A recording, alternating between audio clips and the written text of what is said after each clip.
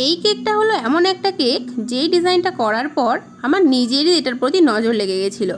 কথাটা কেন বললাম জানো? কারণ এই কেকটা একটা বেন্টো কেক ছিল, তোমরা তো এখন দেখছো, বুঝতেই পারছো। আর বেন্টো কেকের ওপরেও যে এই ডিজাইন করতে পারবো সেটা আমি ভাবতেও পারিনি।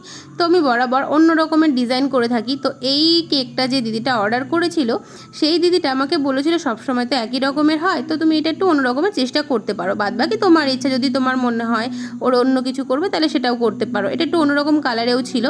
তো দিদি যেহেতু একটু ভরসা দেখালো, তাই আমিও চেষ্টা করলাম যে হ্যাঁ একটু নতুন কিছু করা যাক। কালারটা সম্পূর্ণ একটু অন্যরকম ব্রাউনের মধ্যে ছিল।